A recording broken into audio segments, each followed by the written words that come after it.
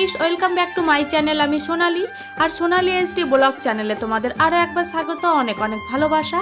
তো আমি এসে গেছি গায়ে হলুদের পার্ট 2 ভিডিও নিয়ে। তো যারা পার্ট 1 ভিডিও দেখোনি, তো তারা অবশ্যই আমার এই চ্যানেলে গিয়ে পার্ট 1 ভিডিওটা দেখে আসো। আশা করছি তোমাদের ভালো লাগবে।